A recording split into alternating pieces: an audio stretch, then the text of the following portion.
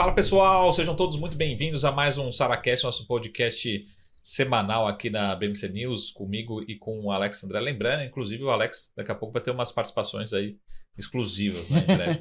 Já fazendo um spoiler aqui. Pessoal, sejam todos muito bem-vindos. A gente aqui hoje está com o Thiago Cunha, uma das maiores referências aqui do país em equity, né? Inclusive, ele acertou uns bons calls aí, né? É verdade. Ele sempre passou aqui na BMC News. E a gente troca muito figurinha. Mas, Thiago, primeiro, muito obrigado pela participação. Assim, eu sempre falo que o bate-papo aqui não tem pauta. Mas é lógico que a gente vai falar um pouquinho sobre economia, política, falar só um pouquinho sobre a ACE. Então, já contando a história da ACE aqui, também que o Alan está nos cobrando ali nos bastidores, né? Para contar um pouco da história recente, né? Principalmente quem que é ACE hoje, né? E para frente a história lá, porque eu vi, né, quando a gente conversou, a gente conversava ali com 3, 4 pessoas, hoje já são, né, milhares de fundos. Não chega. Já são centenas de ter uma equipe bem grande. Até para falar que você é um dos responsáveis pelo book ali de fundos de ações, mas também tem outros produtos aí disponíveis, né, para alocação. Né? Bom, obrigado, Marco. Obrigado, Alex, pelo convite. Um prazer sempre estar aqui com vocês. Obrigado a você. A ACE tem uma história bacana. Assim, ela começou em 2019, ou 2018, na verdade, né, um pouquinho antes, e a turma que veio de uma das mesas de tesouraria do Santander. Então, aquela escola que já tem uma série de gestoras. Escola do Roberto Campos. Exato. Exatamente o pessoal que trabalhava com o Roberto Campos, né? Então, é o Fabrício Tasqueto, o Ricardo Nadai, toda a turma da mesa de câmbio de juros que saiu e montou a ACE nesse momento que o Roberto Campos foi para o Banco Central. Legal. Eles começaram a tocar o fundo multimercado, foi uma bela história de sucesso, e aí no ano passado, que é quando a gente tinha o contato, né, a gente estava na Grow, num fundo só de equities, a gente decidiu fazer uma fusão das duas gestoras, e eu hoje sou responsável, junto com todo o time que era da Grow, pela estratégia de equities, né? Não só dos fundos de equities, mas também da estratégia de equities. A Grow era só equity? Só equity. Qual que é o estilo, né? A estratégia era value investing? Cara, a gente olha muito para tendências assim seculares que a gente gosta de falar, né? Então, fala assim, olha, dentro de value investing, dentro de growth, você consegue pegar várias tendências. Então, por exemplo, a eletrificação, que é um case que a gente tem na carteira, que há bastante tempo que a gente fala sobre isso, é meio chato já até, mas vamos lá. Cara, a gente investe em Sigma, em Lithium desde 2018. Putz, é uma empresa que é growth, porque ela não tinha nada de free cash flow, não tinha dividendo, não tinha nada, vai começar a fazer agora. Então, a gente tinha lá uma tese de growth. A gente também tem tese de value ali dentro. Uma empresa de cobre, por exemplo, Freeport. Cara, hoje é uma empresa de growth, de value, totalmente value, com um dividendo gigantesco ali dentro. Numa situação que a gente acha que está super enquadrada num negócio transformacional que vai ser a eletrificação. Sigma Lithium, você conhece algum outro brasileiro que tem a posição? Não? Sim, hoje em dia... Eu não conheço, né? Depois você apresenta aí. Hoje em dia já está mais... Depois subir uns 900%, aparecem uns compradores, né? Não, tem uma turma boa ali, tem o pessoal da Núcleo lá, o Luiz, tem o pessoal da JGP também tem, da Rix, acho que teve lá atrás também. Uma turma boa aí já na Sigma. Não, mas vamos voltar antes de falar das teses, senão a gente se empolga. Tá aqui. bom, fechado. Vamos voltar aqui só para a gente terminar a parte da ACE, né? Então faz a fusão em 22, né? A gente faz a fusão em 22, hoje a gente está com mais ou menos 45 pessoas no escritório, então um pouquinho menos do que você falou, mas pouco, né? E com patrimônio perto de 5 bilhões e meio já sobre gestão no total de todas as estratégias, né? Então, é uma história de sucesso. O macro podia ajudar um pouquinho mais, né? A história do Brasil podia ajudar um pouquinho mais, mas, enfim, gestor de equities nunca teve tempo favorável ainda. Foram poucos períodos de vento a favor, o resto é só a pedreira. E uma pergunta clássica, assim, você e sua equipe, vocês tocam um book de só os FIAs ou vocês também passam o call para os outros fundos, para as estratégias? Cara, essa é a pergunta que a gente mais escuta lá dentro, né? Porque o pessoal fala assim, mas como é que vocês foram se juntar com o pessoal de tesouraria, o pessoal mais curto prazo? Cara, e assim, a gente tem sim um book dentro do macro. E assim, o que a gente acordou, né, com Tasca e com Denas lá, foi assim, a gente falou assim, vocês são muito bons de jogar futebol, a gente é muito bom de jogar basquete. Se a gente for jogar vôlei, vai dar pau. Então, vamos fazer o que cada um sabe fazer direitinho e ao longo do tempo a gente vai adaptando. O que a gente fez então, cara? A gente pegou a carteira exatamente igual do fundo de equities, né, que é o ACE Absoluto, e replica ele batido contra o índice dentro do fundo macro. Putz, mas vocês não vão pegar porrada do equity? Não vai, porque o produto não é para isso. E aí a discricionalidade do Tasca, né, do tesoureiro, é de falar assim, olha, tá batido contra o índice, e a discricionalidade minha de fazer market time dele, Tasqueto, de fazer o market time de cobrir ou diminuir essa posição do índice vendido. Né? Porque eu acho que o grande erro, né, que a gente imagina é assim, você pegar um cara de equities que está pensando numa estratégia de 10 anos e falar para ele, malandro, agora você vai olhar para mim e vai falar se é para comprar ou vender o índice em uma semana. Não. O software dá tilt, cara, não vai funcionar. E aí isso foi o grande cuidado que a gente tomou. Tem funcionado super bem. Super bem mesmo. Assim, tipo assim, se é para comprar ou vender Natura hoje, por exemplo, né? Já vem uma... Aí eu ligo para vocês aqui. Essa daí a gente já tem um short já faz tempo já, né? É bom, belo short. E Então vamos falar um pouquinho aqui, só para apresentar um pouquinho dos fundos, né? Claro, da estratégia dos fundos particularmente. Então como é que você vê em termos de estratégia? Porque, queira ou não, de outro lado você tem, do lado direito ali, você tem o passivo, né? E o passivo ele cobra uma taxa de retorno, às vezes até diária, né? Pô, mas como é que foi ontem o fundo, né?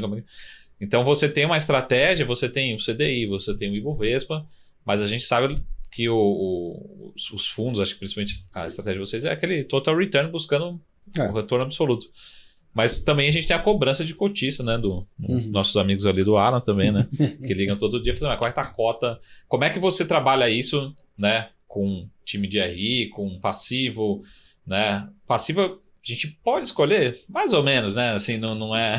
Cara, essa é uma pergunta boa, assim. Acho que o pessoal de equities, cara, nos últimos anos, acho que teve uma seleção grande, né? Uma peneira grande ali. Acho que teve aquele boom das plataformas, com muita pessoa física entrando. A gente não surfou em absolutamente nada esse boom. Na época a gente falou, pô, meu, a gente é muito tonto mesmo, né? Tá todo mundo captando absurdo e a gente não capta nada. A contrapartida boa dessa história é que a nossa base hoje de passivo dentro dos fundos de equities é muito consciente de qual é o mandato do fundo, qual é o horizonte de investimento. Sim. Então, cara, ele entende que a gente vai buscar uma recorrência boa de retorno num prazo mais longo. Não é um cara que tá olhando e falando assim, putz, eu preciso que você bata o CDI todo dia. Não, cara, isso aqui não é um fundo para você. E o bacana é que assim, a Ace ela tem hoje praticamente 4 grades de produto, né? Todos os produtos de previdência, todos os produtos de macro, renda fixa, que é uma estratégia separada do de macro, e os fundos de ações. Então, dentro da casa, você consegue ter as boas gradações e deixa o trabalho do Alan mais fácil. Ele consegue vender o que for preciso para atender o perfil do público.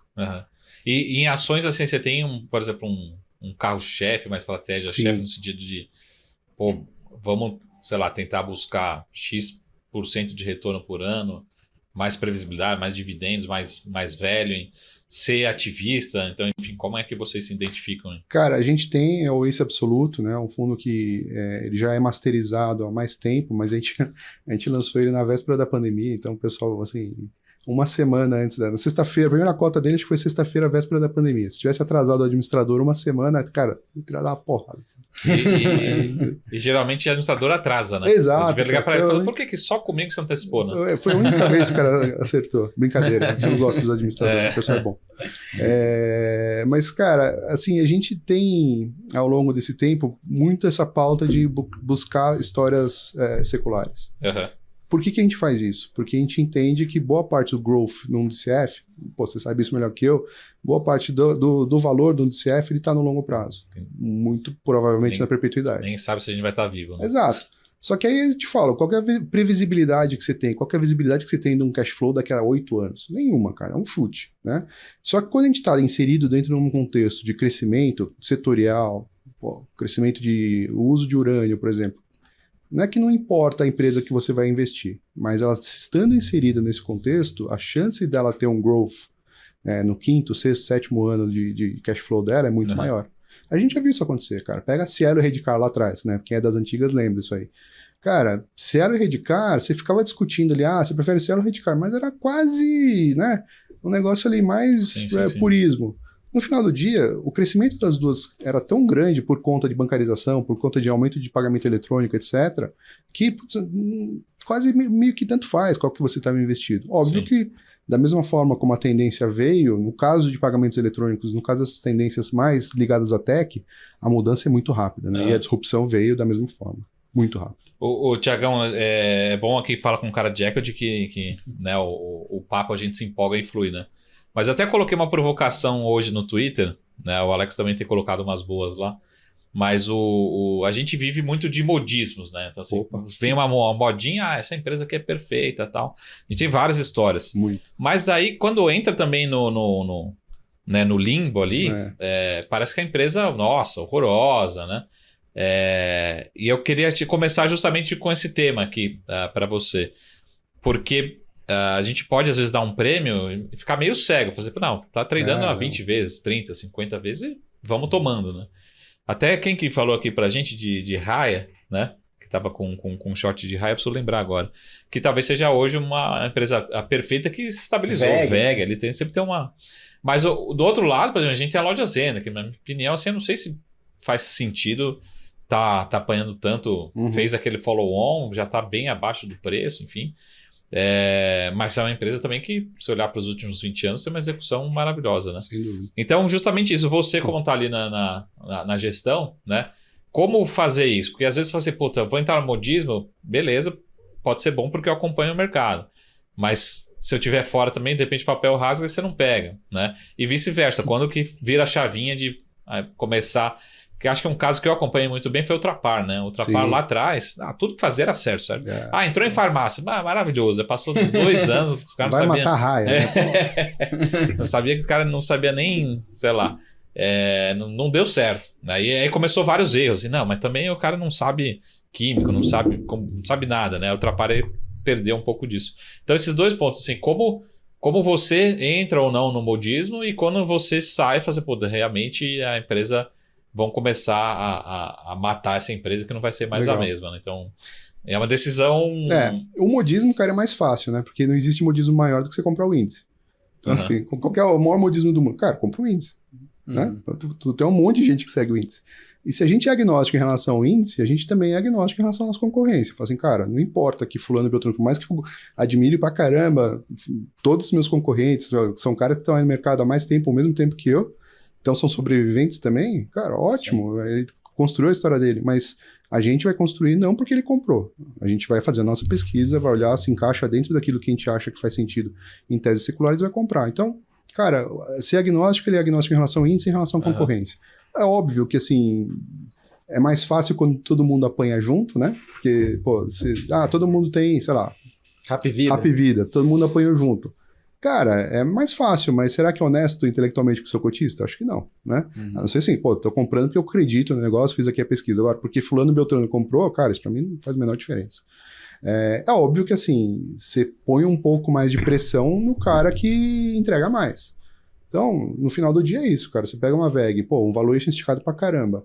O dia que esse cara pedalar 1, 2, 3 trimestres, cara, esse valuation não se sustenta, né? Que foi o que aconteceu com o Ultra lá em 2018, 2019. Foi exatamente isso.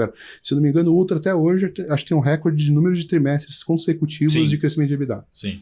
Ninguém conseguiu bater até hoje, cara. E olhando pro cenário, talvez seja mais difícil também daqui pra frente. CSU vem aí, né? CSU vem brigando. 14º já. A base é um pouco diferente, né? Mas acho que é isso, cara. Assim, a gente olha muito para nossa tese, nosso processo de investimento, construção de carteira e, assim, não carrega tanto se o mercado gosta ou não gosta. Na verdade, a gente olha até com um pouco mais de ceticismo. Fala, pô, todo mundo gosta, cara, não é possível. Será que... O que a gente não viu aqui que tá todo mundo olhando? Vocês fazem só long only? Não, o nosso fundo é um long bias, então a gente tem posições shorts também. São shorts mais estruturais, a gente não faz tanto par. São shorts que a gente olha e fala assim, cara, isso aqui não faz sentido para valuation, ou tem algum ponto aqui que a gente acha que não faz sentido. Então, um exemplo, vai. Vamos segurar os exemplos para depois do intervalo. Porque o pessoal da produção já vai pedir intervalo para a gente, mas antes de terminar esse bloco, assim, uma dúvida mais existencial. Você vai me xingar de novo, lógico que você acabou de falar, a gente vai entrar nesse assunto. Mas nós aqui, analistas, a gente fala assim, pô, mas o Ibovespa está barato, né? O Ibovespa está negociando a múltiplos PL, nunca vimos tão baixo, né? Agora, assim, de outro lado, a gente não vê, né? Aqui é uma briga com o Alan também, talvez vocês tenham essa briga interna, né? De recursos, talvez gravitando de um fundo para o outro, mas a gente não vê o investidor marginal de ações, né? A pessoa física está saindo, pelo menos nos últimos 12 meses, saindo pesado. Institucional acaba sendo um reflexo. Até assim, fundo de pensão, O fundo de pensão, ele tem uma meta para bater. Aí fala, pô, eu ligo lá pro Tesouro e falo, compra qualquer coisa aí que eu já bati minha meta, daqui 2 anos eu volto, né? Então é justamente isso, assim, será que agora, quem está certo, famoso assim, quem está certo? E essa resposta também não tem muito time, assim, pode ser 1 mês, pode ser 5 anos. Mas aquela pergunta clássica, pô, será que é melhor comprar agora com múltiplos super baixos? Você fala assim, pô, Sarabá, se eu tivesse R$1 bilhão, eu compraria tudo em ações. Ou não, né? Pô, se tivesse R$1 bilhão, multimercado, renda fixa, tá valendo bem, se sobrar dinheiro, vai um pouquinho para ações. Porque é um cenário que eu já vejo, acho que talvez desde meados de 2021 ali, né? A gente teve 2022, teve eleições e tal, mas desde 2021 a gente vê aí um pouco desse revisão de... Até eu vi um relatório hoje, falando de lojas Renner, né? Revisando para baixo cerca de 10, 15% o lucro da Natura esse ano. Pô, 10, 15% para baixo é coisa para caramba, né? Você revisar para baixo. Assim, talvez um trimestre, vão ter outros trimestres, né? Então acho que essa é aquela pergunta de bilhões, né? Assim, é hora de acelerar no equity, comprar teses, né, seculares que vão multiplicar por 10, mas talvez isso aconteça mais para frente. Ou ainda... tem que ser muito stock picking, né? Seletivo. Cara, assim, eu confesso que meu forte não é market time. Tá? Por isso que eu vou na peneira de olhar para 10 anos, os cases mais de longo prazo. Dito isso, e fazendo esse disclaimer importante, né? Cara, eu acho que não tem a menor dúvida que a gente está muito mais perto de um piso do que... E a gente fez um estudo bacana sobre isso, inclusive. A gente pega, para tentar quantificar, né, o que é market time na bolsa. Você pega 10 anos de retorno diário da bolsa, 10 anos, cara, só 2.552 dias, grosso modo, né? E você ordena esses dias por retorno, então, esse dia deu 5%, esse dia... Beleza, você tira 10 dias de 2.552 dias. Nada, os 10 maiores dias de retorno. Tá. Cara, faz uma diferença absurda. Só que a chance de você acertar esses 10 dias, que eles não são sequenciais, né? São dias aleatórios, é mais fácil ganhar na Mega Sena 2 vezes, por probabilidade. Então, o meu questionamento é, se você é tão bom de market timing, cara... Esse estudo tá público ou não? Acho que sim. O primeiro que fez isso foi o Tenani, se não me engano, lá na GV. Fui aluno dele no mestrado e depois a gente replicou só atualizando os dados, assim, cara. Não tem nada demais, mas assim, é super simples. Sim. Cara, e assim, isso mostra o que pra gente? Cara, eu acho que é melhor você gastar seu tempo pensando qual que é a fatia de equities que você tem que ter, do que você tentar falar assim, cara, agora eu vou pro all-in e vou meter tudo em equities, porque você vai estar brigando para acertar esses 10 dias em 2.552. Não faz muito sentido. É óbvio que assim, se olhando seu custo de oportunidade, que é 14% ao ano, cara, tá gigante. Por isso que o preço da bolsa tá barato. Né? Então, as duas coisas não vão acontecer ao mesmo tempo. Falar assim, olha, eu vou acertar o topo aqui dos juros e agora eu vou enfiar a mão no low da bolsa. Cara, alguma coisa você vai deixar pro santo, cara, não tem a menor dúvida. E eu acho que é melhor você gastar tempo pensando em qual que é a sua posição estrutural de bolsa. Que você tem que ter bolsa, acho que a gente não tem muitas dúvidas aqui. E aí, defendendo a classe, né, de gestores, eu acho que o stock picking vai fazer bastante diferença. Sim. Porque uma coisa que a gente conversa bastante é falar assim, tá bom, o PI da bolsa tá barato, tira a Petro desse conto. Será que Petro é uma empresa que vai ter earnings recorrente daqui para frente? Não sei, né? O que os caras vão fazer com o CAPEX? Qual que vai ser o investimento que eles vão fazer em geração eólica, em alto mar? Qual que é o ROIC desse investimento? Não sei. Então, se você tirar a Petro dessa conta, já fica um número um pouquinho diferente. E aí eu acho que tem coisa barata mesmo. Tem sim. Mas aí é assim, de novo, horizonte mais longo, posição estrutural, cara. Acertar o market timing, acho que tem gente que faz melhor que eu. Muito bom, vamos fazer um rápido intervalo, depois na volta o Thiagão vai revelar 5 ações mais baratas fora do Ibovespa, né? E no terceiro, vai comprar agora. No terceiro bloco ele vai falar sobre os shorts. Beleza, pessoal? Então a gente volta daqui a pouquinho com o nosso SaraCast. As empresas que fazem parte do seu dia a dia estão em uma das maiores bolsas do mundo, a Nasdaq. E a boa notícia é que você pode investir nessas empresas diretamente pela Avenue, sua corretora nos Estados Unidos. Com os dados das ações dos Estados Unidos fornecidos pela Nasdaq em tempo real, o cliente Avenue pode acessar diretamente as maiores bolsas do mercado americano. Entre neste mercado de tecnologia e inovação. Acesse avenue.com.br/Nasdaq e seja bem-vindo ao mercado global. Você está cansado da mesmice, negociando em plataformas com ferramentas desatualizadas? Falta variedade e funcionalidade? Aproveite nossa grande seleção de ferramentas de trade, baixas taxas de negociação, suporte em português 24 horas por dia, com mais de 200 criptomoedas disponíveis para trade e a facilidade de depósitos com Pix. Aproveite o futuro agora. Bybit. Abra sua conta hoje mesmo. Bybit.com.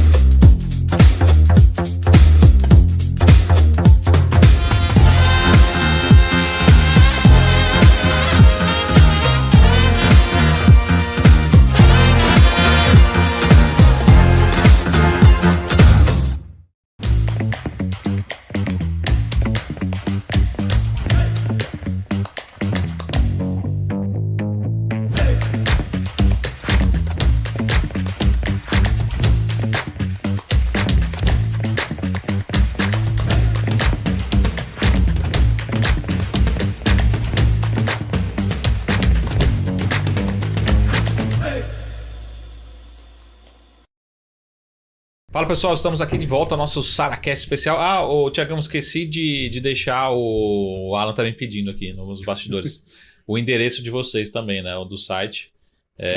Para quem quiser, e acho que é sempre bom se cadastrar lá, receber os materiais. A gente está em quase todas as plataformas, se não me engano, mas é acecapital.com.br. acecapital.com.br. Redes sociais também? Também, Instagram, tudo. Tem tudo. É isso aí, pessoal. Faz tudo. Vamos abusar do Alan aqui que está nos bastidores. Acho só o Twitter, ele está me corrigindo só o Twitter que não, porque o Twitter a gente percebeu um grau de esforço a mais ali que às vezes não virava muita energia gasta com pouca conversão. Então, mas entre no site que acho que é a melhor forma, né, para encontrar quem está onde encontrar, que corretora, que plataforma e todas as lâminas lá, informações dos fundos. Mas, Tiagão, a gente está falando aqui sobre... vamos começar de trás para frente, que acho que é a tese mais polêmica, né? Mas quando você fala assim, short, você acha que existe, por exemplo, short estrutural? Porque a gente falou aqui de queridinha também, mas eu conheço muita gente super qualificada, né? Que já está com short, por exemplo, em VEG já tem uns 4, 5 anos. E só perdendo dinheiro. Né?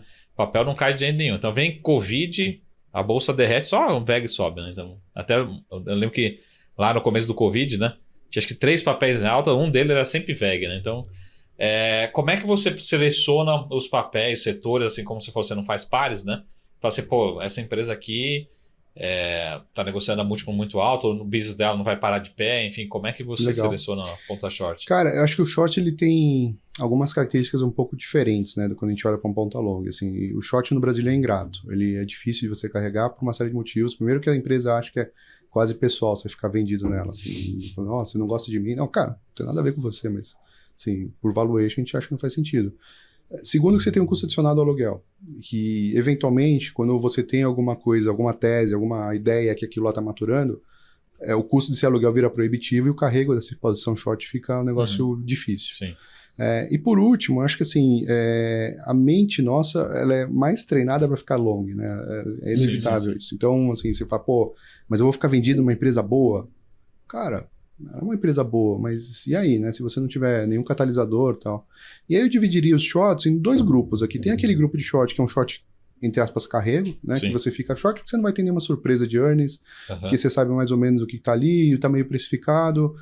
VEG seria um bom exemplo se ela não surpreendesse tanto em earnings, né? Mas assim, eu acho que isso é uma parte do short.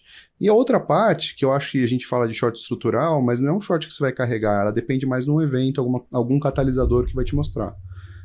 A gente estava, por exemplo, short num basket de varejo recentemente, olhando muito para a questão das financeiras, o impacto que o aperto financeiro vai ter, não só nas vendas do varejo, que a gente acha que isso ainda vai acontecer, mas nas condições de crédito e no quanto que a carteira... penetração das vendas. No quanto que a carteira de crédito das financeiras vai começar a sofrer. Porque nossa tese, que eu acho que faz bastante sentido, ninguém consegue dar crédito melhor no Brasil do que Itaú, Bradesco, Banco do Brasil, Santander. Se eles estão seletivos, imagina... Se tá ruim para eles, imagina para a financeira, que tem um scorezinho de crédito um pouquinho melhor. Porque, olha, legal, talvez se eu estivesse no banco, eu não daria crédito para as pessoas, mas eu tô aqui para vender no final do dia. Se eu tô aqui para vender, então dá crédito, né? E a gente olhou com isso com muita atenção, cara. A gente acha que esse movimento ainda está começando, assim, que ainda tem mais para ser desdobrado. Então, você fala, pô, isso aqui é um problema estrutural da empresa? Não. É o modelo de negócio, a conjuntura de país que está influenciando. Né? Esse é um short. Significa que a empresa vai quebrar, né? Não necessariamente, cara. Ela vai tomar um hit de earnings, entendeu? Sim. Que você está olhando e fala assim, olha, normalmente o analista olha e fala assim, como é que você projeta a financeira, o resultado financeiro? Põe lá uma despesa financeira mais ou menos em linha com CDI, cresce mais ou menos igual ao same-store sales e boa. Cara, a gente acha que não, que esse negócio vai dragar resultado. Por quê? Porque o cara vai ter que botar a carteira dele precificada de uma maneira certa, ele vai ter que desviar a venda de originação do cartão próprio para o cartão de terceiros. Isso tudo vai ter hit em crescimento. Quando a gente olha para isso, fala, faz sentido ficar com short nisso. Mas não é uma posição que vai quebrar. É diferente, sei lá, de um short famoso que foi IRB, né, no passado. Sim. O pessoal brilhou ali e pegou muito bem. Ali era uma questão de fraude, de pegar outras coisas ali. A gente não está falando sobre isso. Está falando em case mais... Isso aí é um pouco mais complicado, né? É mais difícil de você achar. Muito bom. O Alan mandou uma mensagem aqui no privado que ele liberou um spoiler aqui pra gente, né? Tá aqui nos bastidores. E ele falou que vocês vão soltar uma carta, inclusive as cartas são muito boas, eu acho que exclusivas, né? Vamos dizer assim, porque eu sempre falo, que informação que a gente pode levar de novo que a gente não escuta por aí, né? Então, eu faço um morning call também, eu falo assim, no meu morning call não tem nada de morning nem nada de call, ou seja, você pode escutar qualquer horário do dia, tanto faz. Hoje não, hoje que eu falei de natura, para alertar, mas e falar um pouquinho da carta, então ele falou que está liberado aqui, falar um pouquinho da próxima carta que vai falar sobre Embraer, né? Que inclusive eu acho que é uma das teses, eu até falei sobre a última tese de vocês de Sigma, também eu estudei por lá também, pela carta. Mas se você puder, então vamos fazer aqui breaking news, né? Falar um pouquinho da próxima carta, falando sobre a Embraer, sobre a tese, né? Cara, a Embraer é uma empresa que a gente olha há muito tempo, assim. A gente acompanha a Embraer 2012, 2013, né? E é uma empresa que um ciclo super longo, difícil pra caramba de você acompanhar, porque ela tem 3 linhas de negócio, né? Então, a linha de executivo, aviação comercial e defesa. Cada um desses segmentos, cara, você tem métricas completamente diferentes, triggers completamente diferentes. E eu acho que em muito tempo é a primeira vez que eu me lembro de estar vendo esses 3 segmentos meio que alinhados e com vento a favor. Legal. Então, se a gente for pensar, cara, a gente está acabando de sair de uma pandemia, né, que você tem uma necessidade de renovação de frota de aviação comercial, uma necessidade do mundo de voltar a voar e de botar mais capacidade de aviões por aí. Então, na parte do comercial, quais são os triggers que a gente está olhando? Primeiro, essa vontade de renovar a frota, necessidade, na verdade. E um detalhe importante, né, que a gente às vezes esquece, a Embraer, cara, hoje ela é quase monopolista desse mercado. Se a gente for lembrar no passado, qual que era a grande briga? Era Bombardier e Embraer. Sim. Bombardier foi comprada pela Airbus e a Embraer foi comprada pela Boeing. No meio do caminho, a Boeing desistiu. Esse negócio ainda está correndo na justiça, né, porque tem uma penalidade para ser paga pela Boeing. E hoje, cara, 5 anos depois, o que você tem é uma única empresa que faz aviação regional. Bem feito. Sim. Então, você tem a Comac na China, você pode ter uma russa, mas, cara, a China e Rússia, 2 mercados assim, mais fechados, restritos. E a Embraer está com um produto que, tem histórico, já tem centro de manutenção no mundo inteiro e tal. Então, o vento a favor aqui está muito claro. Né? Assim, você tem um cara monopolista que saiu fortalecido da pandemia e com retomada de aviação. Tá? E a gente acha que a aviação regional tem um espaço gigantesco aqui. A aviação comercial, a aviação executiva, né, sempre foi um negócio meio complicado. Depois de 2008, né, na crise, cara, as condições de financiamento foram pro saco naquela época. Ninguém tinha dinheiro para ficar investindo numa aviação executiva. O que a gente viu pós-pandemia é uma necessidade de você garantir que você tenha locomoção, que você tenha acesso. Estamos falando aqui de empresas, estamos falando de high net worth individuals que vão começar a comprar de novo esses aviões. Então, assim, o estoque de aviões usados, né, de jatos executivos caiu pra caramba e o que a gente está vendo agora é uma retomada desse mercado. Junto com isso, tem o segmento de defesa, que a Embraer investiu pesadamente, né, junto com o governo brasileiro, no desenvolvimento do KC-390, hoje, né, o C-390 Millennium, que é um avião de multimissão para deslocamento de tropa, reabastecimento. E se tem uma coisa boa que sobrou do deal com a Boeing, né, foi a abertura do mercado americano para fazer parcerias. Então, hoje a Embraer está desenvolvendo, junto com uma outra parceira, a venda desse avião que, por sinal, foi certificado ontem, a última certificação que faltava, para ser desenvolvido e vendido no mundo inteiro. E a gente pega assim, o histórico de lançamento de aviões, né, multitarefa com esse mesmo perfil. O último que a gente teve foi o 630, que é o Hércules. Super antigo, bimotor, né, turbo-hélice. Cara, é um projeto, se eu não me engano, da década de 60. Que, assim, passou por algumas renovações, mas você não tem. Embraer é o que tem de novo para ser vendido. Sim. E aí a cereja do bolo pra gente, né, que é assim, a gente deixa fora da conta para não assustar muito, que é o IVE, né, é o eVTOL, ou seja, toda essa questão de mobilidade do last mile, que grosso modo seria você fazer a conjugação de uma rede de distribuição, né, de aviação comercial junto com o last mile, via eVTOL, que são os veículos elétricos. O futuro do Uber aí. A gente acha que vai ter um pouco além disso. A gente acha que, vamos supor, você vai fazer um voo São Paulo, Rio de Janeiro, e aí do Rio para, sei lá, Paraty, para Angra, você vai fazer via eVTOL, né, que é muito mais econômico, silencioso, você consegue fazer a escala decente. E aí, por que a gente é tão otimista com o Embraer? Tem um monte de empresas fazendo isso. O Embraer certamente não é a primeira, e certamente não é a tecnologia mais desafiadora. Pelo contrário, ela tem assim, asa fixa com 4 rotores. Por que a gente acha que a Embraer é vencedora? Porque tem um ponto que nenhuma outra tem, que é a questão do centro de manutenção. Como é que você vai colocar uma frota de 500 eVTOL para rodar nos Estados Unidos se você não tem um centro de manutenção? Quanto custa para você fazer o deploy de centro de manutenção na costa leste, costa oeste, no meio oeste americano? Coisa pra caramba, não dá pra você fazer do dia pra noite. E a Embraer, por já ter isso aí pra aviação regional e aviação executiva, cara, já sai com uma baita de uma margem de vantagem aqui. Então, por isso que a gente acha que a Embraer hoje está num momento especial da empresa. O helicóptero ele não vai de São Paulo pro Rio, não, né? Vai. Dependendo do helicóptero, porque vai. Senão acaba com o sonho do trem-bala, né? Estão querendo. Você tá falando do helicóptero ou do eVTOL? Do helicóptero. O helicóptero hoje já vai. Ele é mais focado em executivo, Então, eu acho que ele tem uma competição grande com o helicóptero, mas o helicóptero ele tem algumas restrições, né? De altura, de barulho. E o eVTOL não, ele é elétrico, cara. Então, pô, imagina, você zero ruído, zero não, mas muito pouco ruído, você vai conseguir pousar em área residencial, você precisa de menos helipads, é um negócio bem mais tranquilo de você fazer. Ô Tiagão, eu queria já fazer uma pergunta, você estava falando de Embraer aí, a questão do SG, né? Acho que é uma provocação, eu sempre falo isso do SG. Eu até vou sair daqui esse momento. Porque acho que a gente tem uma tese, né? Inclusive eu vou falar de um mesmo assunto, mas de outro assunto. A gente está nesse momento aí com vários executivos brasileiros na China, né? Esse é o segundo momento que você vai me xingar, né? Você, caramba, acabamos de falar de tese secular, você quer saber de amanhã, né? Mas pode ser que realmente tenha uma aproximação do Brasil com a China e saia algum contrato, ou pelo menos alguma sinalização para a Embraer também, né? Pode ser. A gente acha que hoje o mercado chinês ele é muito focado na Comac, né? Até pelos incentivos que você tem de fazer um consumo doméstico ali e tal, mas, cara, a Comac realmente ela não consegue fornecer o que precisa. E assim, o mercado chinês e o mercado indiano, cara, são mercados que estão bombando, assim, né? O pedido que a Índia fez agora da Airbus e Boeing é absurdo. Nenhum de Embraer?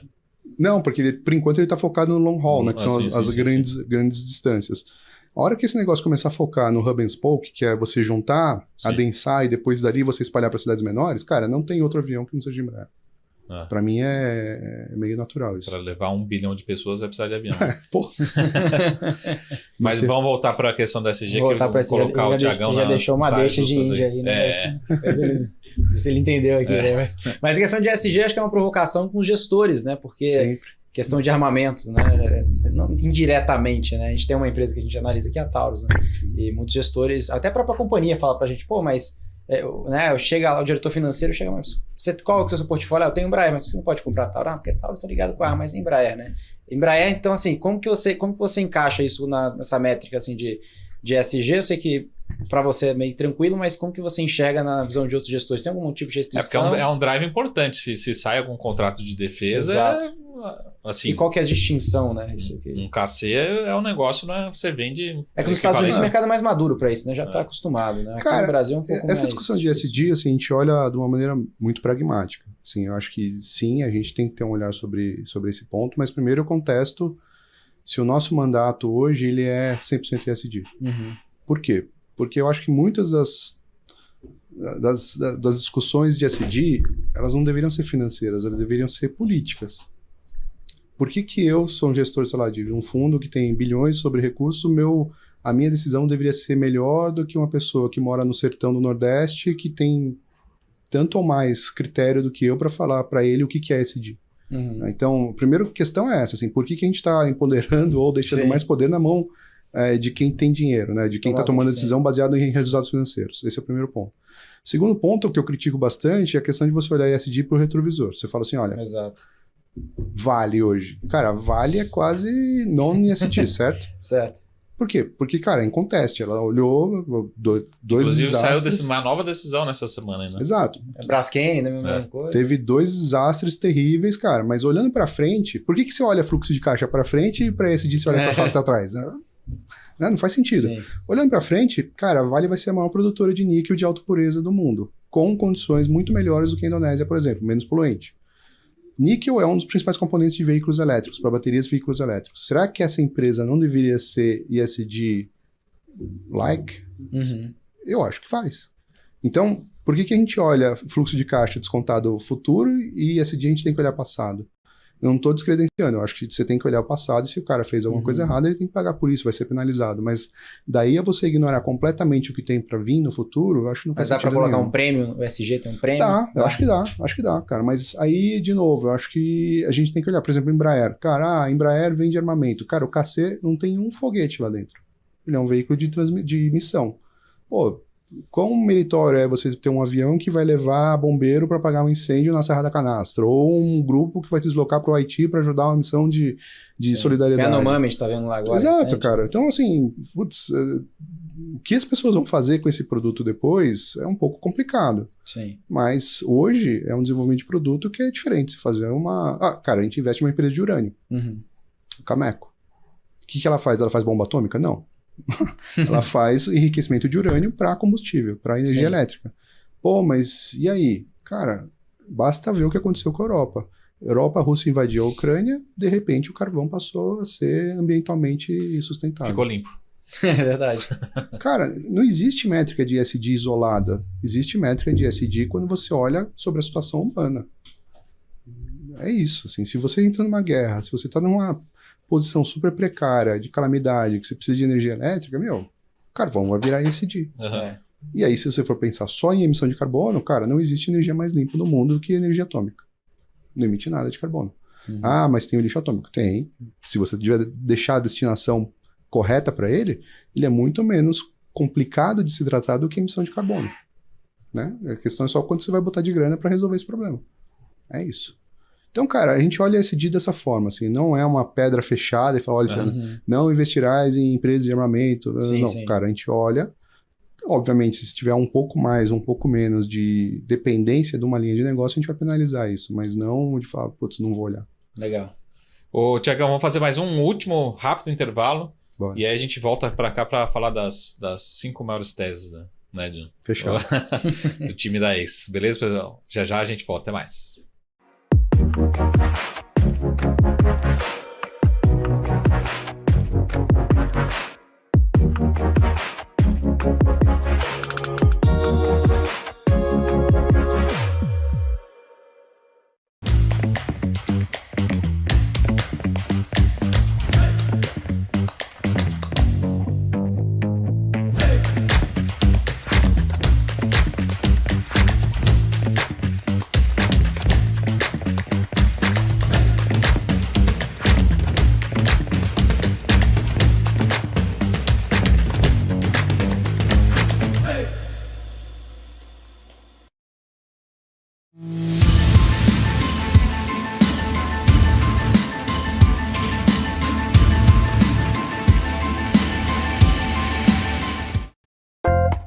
Tesouro Direto.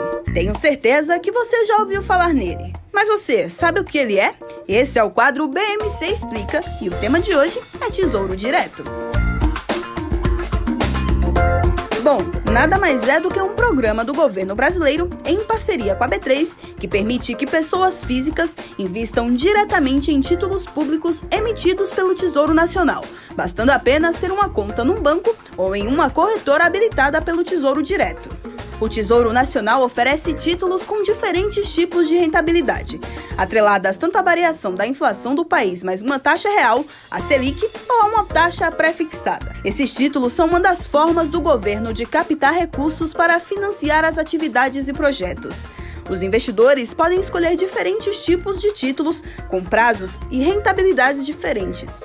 Além de acessível e de apresentar muitas opções de investimento, o Tesouro Direto oferece boa rentabilidade, liquidez diária e baixo risco de crédito. O investidor pode ficar até o final do prazo contratado ou até mesmo sair antes do prazo. No entanto, se sair antes, a rentabilidade pode oscilar, resultando ou em ganho maior do que o planejado ou até mesmo em perdas. Essa opção de investimento é de baixo risco, porque são garantidos pelo governo federal. Mas é sempre muito importante avaliar os riscos e as oportunidades antes de fazer qualquer investimento.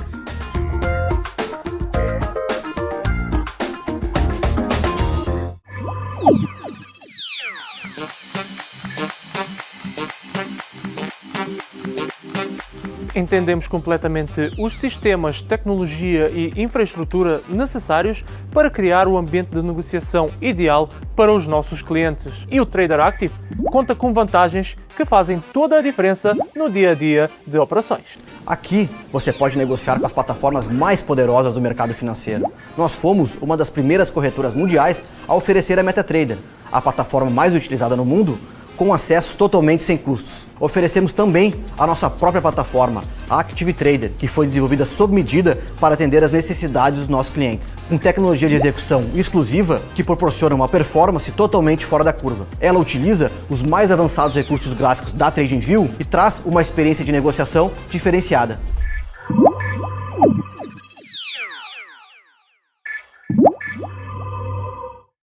Fala pessoal, estamos de volta aqui no nosso SaraCast especial. Chegou agora o grande momento que o Thiagão vai falar as teses. Eu queria começar, Thiago, com a própria tese da Sigma. Uhum. É uma tese pouco conhecida no Brasil, né?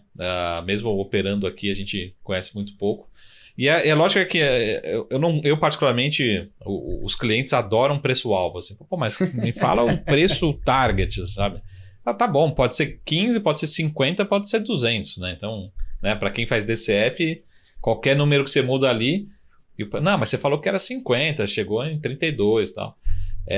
Mas assim, no caso de Sigma, se você puder explorar rapidamente da tese, até tem uma carta muito legal de vocês, mas assim, de 0 a 10, né, vocês já compraram há muito tempo, assim, mas o quanto que já caminhou, né, dessa tese, quanto que ela ainda tem para entregar no horizonte que a gente consegue enxergar. Cara, ótima pergunta. Acho que a gente tem um descompasso aqui entre o que caminhou do ponto de vista de entrega da empresa versus preço. Uhum. Então, se você me perguntar assim, do ponto de vista da empresa, o que ela entregou? Eu acho que ela entregou 80% já. Do ponto de vista de preço, ela entregou 60%.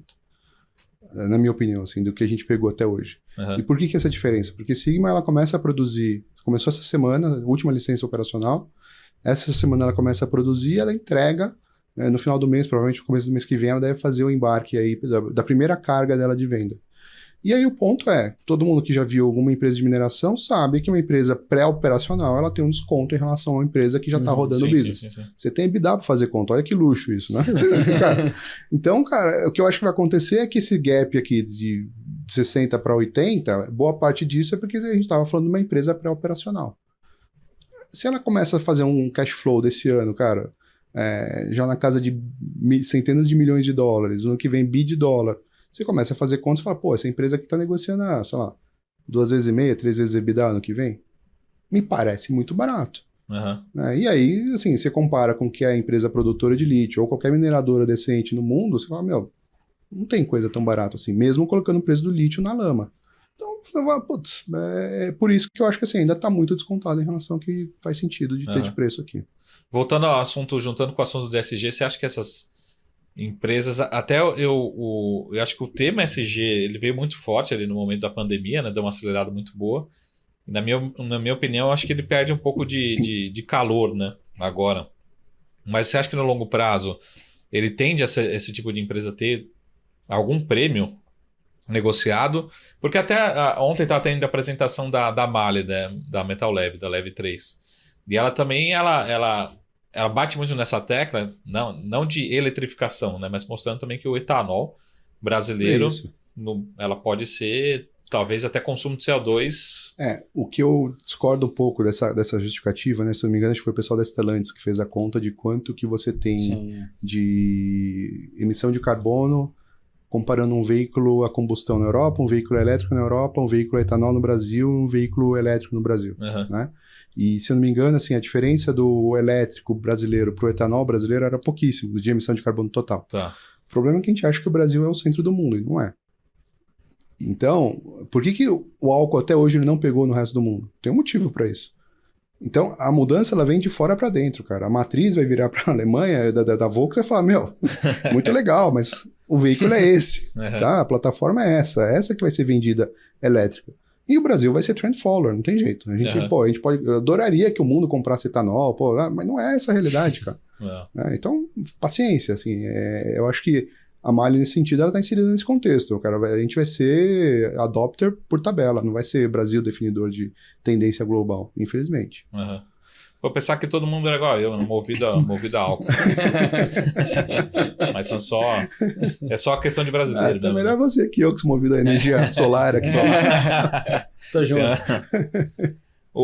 E só para terminar, assim, tem alguma tese que seja nova ou que você está carregando, você fala assim, puta, tem muita coisa para acontecer, até porque, assim, a gente teve vários IPOs de 20 para cá, 2020, 2021, 90% deu errado, assim, precificação, a empresa não entregou rapidamente, normal, já né? entreguei, normal.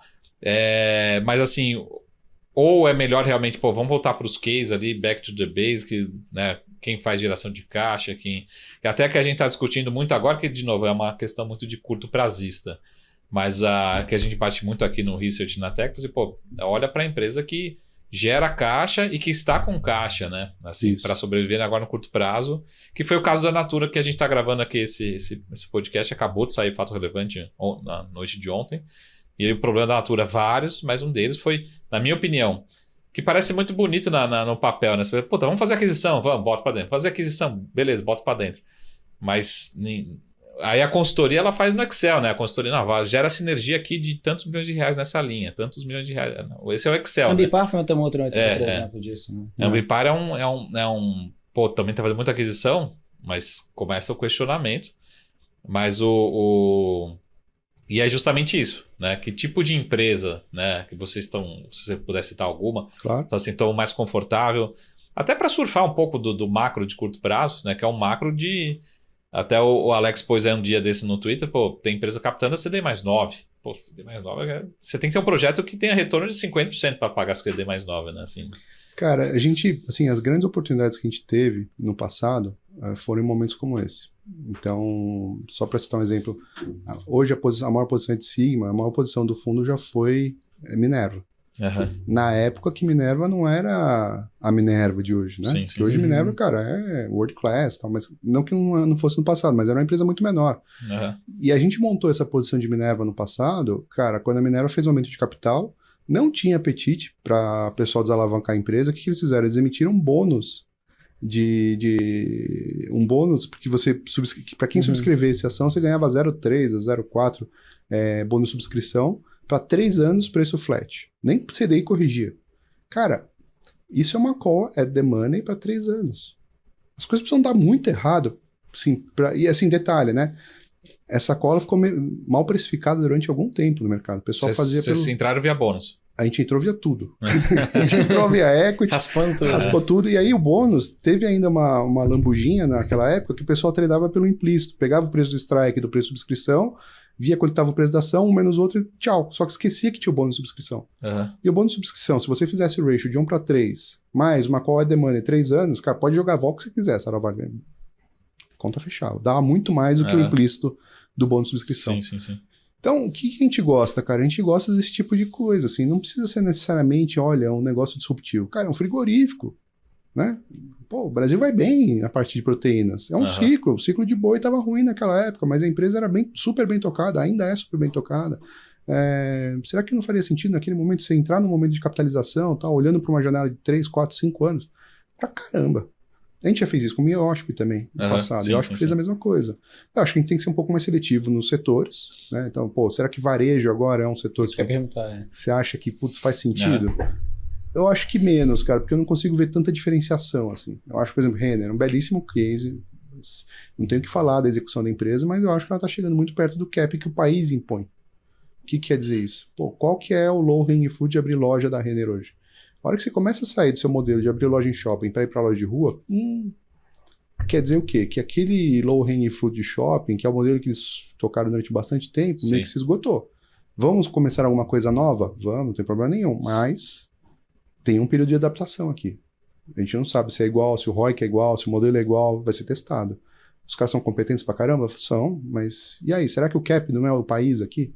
Será que não é mais importante hoje a gente ter ganho de renda, desemprego baixo, pô, de uma maneira sustentável para a Renner conseguir entregar? Né? Porque é isso, cara. E assim como o Renner, o varejo inteiro, tá? Não tô falando de Renner especificamente. Acho que o varejo inteiro vai passar por esse teste. Acho que tem outras coisas que podem estar baratas aí. Assim, você pega a Eletrobras. Cara, a Eletrobras, acho que 11 em cada 10 gestores tinham no final do ano passado, antes da eleição. Hoje, acho que 1 em cada 10 deve ter ainda a posição. A gente acha que tá barato pra caramba. Sim. Tá mais barato que o follow-on. Tem motivo pra isso? Tem. Você tem um medo gigantesco do que o governo Lula pode fazer, de voltar, de questionar, etc. Mas, cara, tem preço.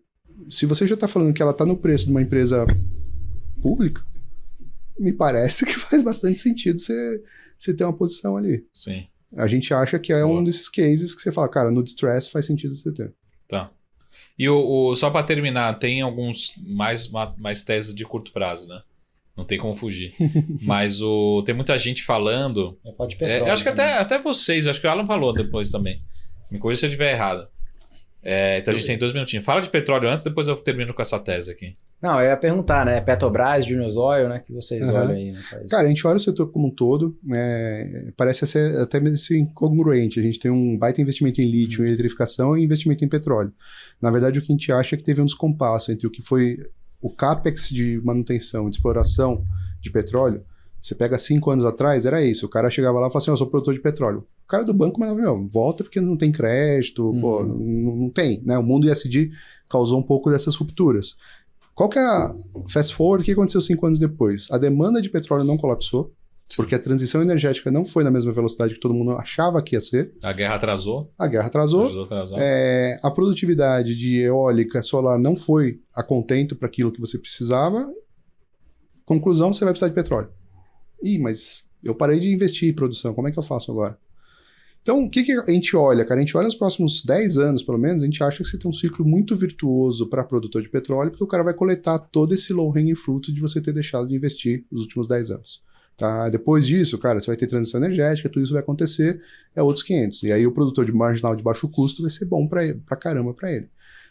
Nesse contexto, cara, o Brasil está super bem posicionado. Né? Então, você pega o que foi a queda do lifting cost da Petrobras, desde que ela descobriu o pré-sal até hoje. Aqui nós somos referência, né, Petrobras? É uma grosseria, cara. É uma grosseria, assim, um negócio que é world class. E a mesma coisa de Junior Oil. Você pega o que é lifting cost dessas empresas Junior Oil aqui no Brasil, quanto que elas pegaram da Petro, quanto que elas estão entregando hoje, também é uma grosseria. Mas você tem um problema. No caso da Petro, cara, a decisão de investimento, né, que você pega, o que você vai fazer com esse caixa? O que você vai fazer com esse dividendo que era distribuído? Qual que é o ROIC que você vai ter numa planta de energia eólica no meio do mar? Não sei. E aí, cara, quando você não sabe o que o cara vai fazer com uma geração de caixa deste tamanho, cara, não tem conta pra você fazer. No caso da Junior Oil, não. Cara, é muito simples, né? O cara pega lá, o lifting cost vende primeiro e depois questiona, né? Mas vai tributar. Tá bom, cara, pode tributar ali, mas no final do dia, tá lá, né? A geração de caixa vai estar lá. Só a eficiência operacional vai compensar. Né? Então a gente é muito positivo com oil nos próximos 10 anos. Assim. A gente acha que tem uma janela muito boa de oportunidade. Legal. E a última pergunta que acho que o Alan tinha me falado, e aí se for algum spoiler aqui, a gente corta na... Esse ponto do Alan aí tá me ferrando, só quero depois. Alô? Alan? Mas é a tese de privatizações mais estaduais, né? E a gente assim, talvez um movimento relativamente parecido com o que foi a Eletrobras, mas será que os estados têm esse ambiente, por mais que seja uma decisão estadual, será que tem ambiente para Zema, capital político, São Paulo, né, outros Tarcísio, fazerem essas privatizações? Ratinho, né? Porque, assim, não só privatizações a nível federal estão estancadas, como a própria Petro falou, não vendemos mais nada, assim, não é nem privatização, é desinvestimento de ativo que não faz sentido. Pelo contrário, né? Até saiu um boato aí, ficou meio no boato, a empresa desmentiu, mas a Petrobras, eu até coloquei numa rede social, a Petrobras querendo recomprar a Braskem, né? Assim, ela já tá tudo certo que ia vender, agora ela quer aumentar a posição. Mas vamos focar aqui só para... Você acha que faz sentido acreditar num cenário como esse? Porque depende também de não só o valuation, não só as teses, como também uma parte política, né? Cara, a gente acredita sim em São Paulo. A gente acha que o governo Tarcísio ele é um governo que já tem um histórico de privatização, né? Fez isso no governo federal. E eu acho que tem um entendimento do que você destrava de valor para uma agenda política importante que você tem para frente. É fácil? Não é. Assim, é mentira. Falar que é fácil pra caramba, não é. Até porque Sabesp, cara, assim, durante muito tempo foi a peça de apoio político que você teve no estado de São Paulo. Dito isso, qual que é o preço do Sabesp hoje? Né? Cara, também tá abaixo do que era pré-eleição. Então, a gente está precificando de novo uma empresa que, na pior das hipóteses, melhorou pra caramba a execução e governança. Não vamos nem falar de privatização, melhorou pra caramba a governança e administração. Ponto. Beleza. E, se for aí, você tem a opcionalidade de ser privatizado. Cara, pra mim vale muito isso. E eu acho que hoje tá zero precificado. Assim, a gente pode ir no caso a caso? Pode. Minas Gerais tem algumas especificidades, tá, que eu acho que complica um pouco essa situação. Concordo 100% na execução do governo Zema. Pô, eu tô vendo de perto o que ele tá fazendo lá no Vale do Jequitinhonha, na Sigma, cara, é exemplo de governo. Mas a Assembleia de Minas Gerais tem algumas especificidades que deixam um pouco mais complicado. Isso passa pela construção do apoio político, pela construção do tamanho do Partido Novo, etc. Ratinho Júnior, a mesma situação com algumas dificuldades adicionais, que o estado do Paraná é um estado historicamente um pouco mais complicado, por questão de requião, etc. Então, se a gente tem que escolher, falar assim, olha, eu queria ter todas, não tem espaço. Mas se eu tenho que escolher uma, eu acho que o Sabesp faz muito sentido. Sim, pelo nível de desconto que você tem numa Copasa em relação à Sabesp, cara, eu acho que não faz sentido você ficar discutindo isso. Eu acho que a tese de Sabesp está muito bem amparada ali. E o que a gente vai ver nos próximos anos, cara, eu acho que mesmo que a privatização fique para o ano que vem, depois, o carrego dessa posição vai mudar. Assim, a geração de caixa dela vai mudar de patamar. Boa. Fechado. Eu acho que era isso, Tiagão. A gente se empolga aqui, também a gente tem tempo, o pessoal nos corta, né, o PH. Já o pessoal da produção nos cobrando, mas vamos marcar mais vezes, né? Fechado. Mandar de novo... O pessoal da produção, o Alan me pediu um abraço aqui, agradecendo o time de RI, que sempre nos recebe super bem. E entre lá no site acecapital.com.br para conhecer o time, conhecer as cartas, enfim, receber todos os materiais e encontrar os fundos também nas plataformas. Muito obrigado, Thiago. Obrigado a vocês, pessoal. Um prazer estar aqui de novo com vocês. Muito obrigado. Esse foi o nosso SaraCast de hoje, pessoal. E qualquer dúvida, qualquer tema, entre em contato direto com a Ace Capital ou também com o nosso time aqui da Sara Invest. A gente se vê aqui na semana que vem. Até mais. Tchau.